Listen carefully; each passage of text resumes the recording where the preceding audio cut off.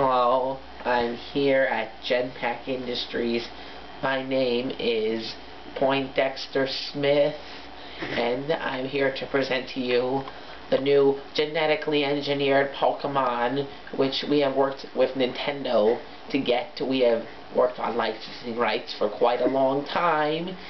As you can see here on this screen, there is this new Pokemon, which is the 4th evolution of Bulbasaur. You won't be able to see it that well because this is not connected to a power projector. If you need a power projector to see this Pokemon, if you would like to see this Pokemon for yourself, you can go to your collectible store. I'm sure they will have it. I happen to have gotten mine at a drug fair. It was in a vending machine for trading cards. Okay, I expect you all to go get it. Goodbye.